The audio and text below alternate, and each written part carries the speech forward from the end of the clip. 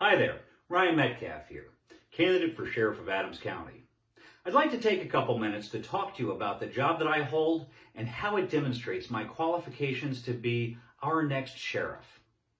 I proudly serve as the state constable for the borough of New Oxford. As such, I am a full-time sworn law enforcement officer. I'm bonded, and I've been certified by the Pennsylvania Commission on Crime and Delinquency. What's more, I'm authorized to perform judicial duties on behalf of our courts. I was initially appointed to my position back in 2010 on the petition of the citizens of New Oxford. Twice since, I've been confirmed in my position by election. I need you to understand that both constables and sheriffs have similar functions, responsibilities, and authorities. Both offices serve different judiciaries, though. Constables serve the magisterial district courts, and we are locally elected, but we have statewide jurisdiction. On the other hand, sheriffs serve the courts of common pleas, and they have countywide jurisdiction. It's just like the U.S. Marshals serve the federal courts, and they have nationwide jurisdiction. Both the sheriff and constable are elected positions. We're answerable directly to the people. Each belong, at least analytically, to the executive branch of government, which means the governor has the authority to remove us from office for misfeasance or malfeasance. However, he doesn't exercise any direct oversight over us. Both of these positions have symbiotic relationships with the courts that we serve. However, the courts, the judges, they can't have any control or direction over our law enforcement efforts. Sheriffs and constables both serve criminal and civil processes for our courts. That means that we each handle service of warrants, writs, summons, subpoenas, protection from abuse orders. Constables and sheriffs also both serve process on landlord-tenant cases, and we oversee the evictions.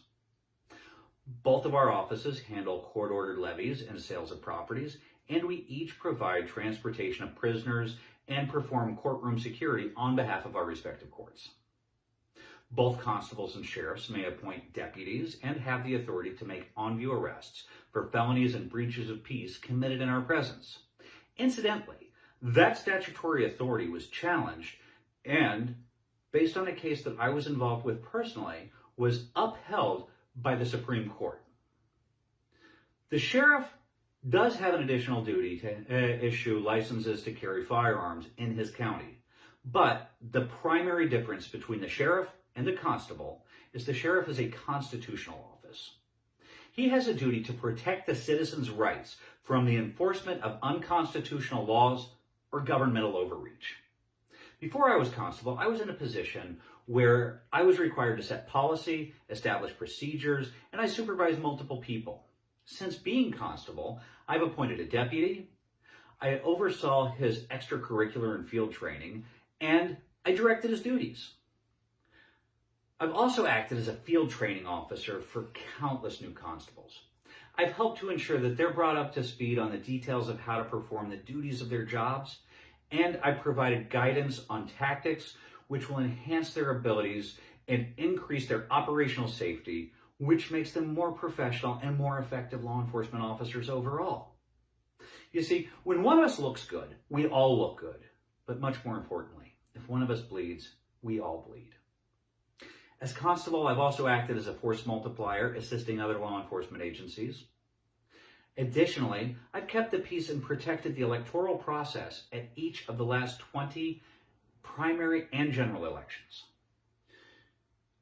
In addition to my regular duties, I've also assisted the state police to recover one child who had been the victim of human trafficking, and in another instance, a toddler who had been kidnapped by a non-custodial parent who had articulated the intent to do harm to her own child. Now, that child was recovered safely and returned to the family. And after that, I personally assisted to prosecute and convict the abductor. Over the past 10 years, I have demonstrated my ability to perform all of the same criminal and civil judicial duties that the sheriff's office is responsible for. And as our next sheriff, I will continue to do so with the same level of dedication that I've shown to my current office. I appreciate your taking the time to listen to me. I know that I've got a great face for radio, which makes this a bit of a challenge. But you've stuck it with me to the end. I hope that you found this informative. Remember, though, your concerns are my concerns because the sheriff answers to the people. So please, Write to me with the topics that are important to you. Come back and visit my page regularly for new videos. Thanks again for giving me the chance to earn your vote. In the meantime, take care, stay safe.